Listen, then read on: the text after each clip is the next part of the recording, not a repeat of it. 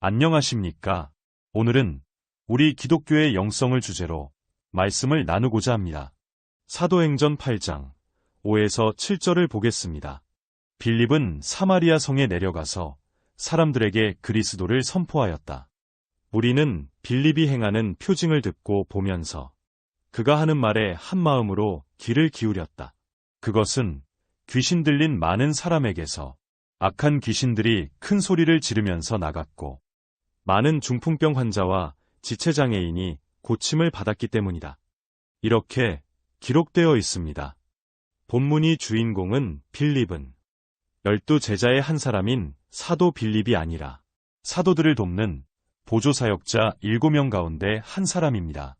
이 빌립이 사마리아로 가서 복음을 전했답니다. 병자와 귀신 들린 사람을 고쳐주었고 많은 사마리아인이 회개하고 세례를 받았다고 본문은 말합니다. 이어지는 본문을 보면 천사가 나타나서 빌립에게 광야 길로 가라고 말합니다. 천사의 말을 듣고 길을 떠난 빌립은 에디오피아 환관을 만납니다. 그는 예배드리러 예루살렘에 왔다가 돌아가는 길에 마차에 앉아 예언자 이사야의 글을 읽고 있었답니다. 빌립이 그 사람에게 다가가서 이사야의 글을 자세히 설명해 줍니다. 그리고는 마음의 문이 활짝 열린 그에게 세례를 주었답니다.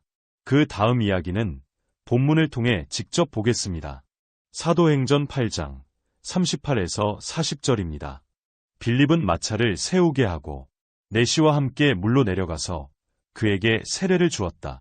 그들이 물에서 올라오니 주님의 영이 빌립을 데리고 갔다. 그래서 내시는 그를 더 이상 볼 수 없었지만 기쁨에 차서 가던 길을 갔다. 그 뒤에 빌립은 아소도에 나타났다. 그는 돌아다니면서 여러 성에 복음을 전하다가 마침내 가이사랴에 이르렀다. 이렇게 기록되어 있습니다. 사도행전에는 복음서에는 나오지 않는 제자들의 기적 이야기가 자주 등장합니다. 베드로뿐 아니라 보조사역자인 바나바와 빌립도 병도 고쳐주고 귀신도 쫓아냅니다. 복음서에도 제자들이 기적을 행했다는 기록이 나오기는 합니다. 그러나 제자들이 직접 기적을 행하는 장면을 묘사한 기록은 나오지 않습니다. 그런데 사도행전에는 제자들이 직접 기적을 행하는 장면이 기록되어 있는 것입니다. 사도행전의 저자가 이렇게 거침없이 제자들의 기적 이야기를 본문에서 전개할 수 있는 이유는 그것이 제자들 자신에게서 나온 능력이 아니라 예수께서 기적을 베푸셨을 때처럼 성령의 능력으로 이루어진 일이라는 확신이 있었기 때문입니다. 그런데요, 성령을 받으면 정말로 모든 병자를 고칠 수 있고 귀신도 쫓아낼 뿐 아니라 빌립처럼 순간 이동도 할 수 있는 것일까요? 그게 가능하다면 왜 그런 성령의 능력이 오늘날에는 나타나지 않는 것일까요?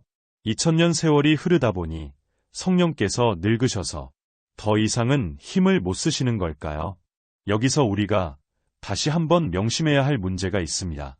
성서는 2~3천년 전 사람들이 기록한 책이라는 점입니다. 사도행전의 저자 역시 2000년 전 사람이고 그 시대의 아들입니다. 그 시대는 신화의 시대였습니다. 서양에서는 제우스가 구름을 타고 다니면서 번개와 천둥을 치고 동양에서는 손오공이라는 원숭이가 구름을 타고 다니며 재주를 부리던 시대였습니다. 불치병을 말 몇 마디로 고치고 귀신을 쫓아냈다는 사도행전의 기록은 그냥 그 시대의 표현 방법일 뿐입니다. 결코 실제로 일어날 수는 없는 일입니다. 그런데 사도행전에 그렇게 기록되어 있기에, 즉 성서에 그렇게 기록되어 있기에 오늘날에도 그런 일이 일어날 수 있다고 믿는 사람들이 많습니다. 그래서 정신병을 가진 사람을 귀신이 들렸다며 결박하고 가두거나 안수기도를 한다며 폭력을 행사하는 어처구니 없는 일들이 오늘날에도 여전히 일어나고 있는 것입니다. 그런데 그 사람들에게도 종교의 자유가 있다는 이유로 피해자 본인의 고소와 증거가 없으면 처벌할 수도 없습니다. 기가 막힌 일입니다. 이쯤에서 제가 이해하는 기독교 영성에 대해 말씀을 좀 드리고 싶습니다.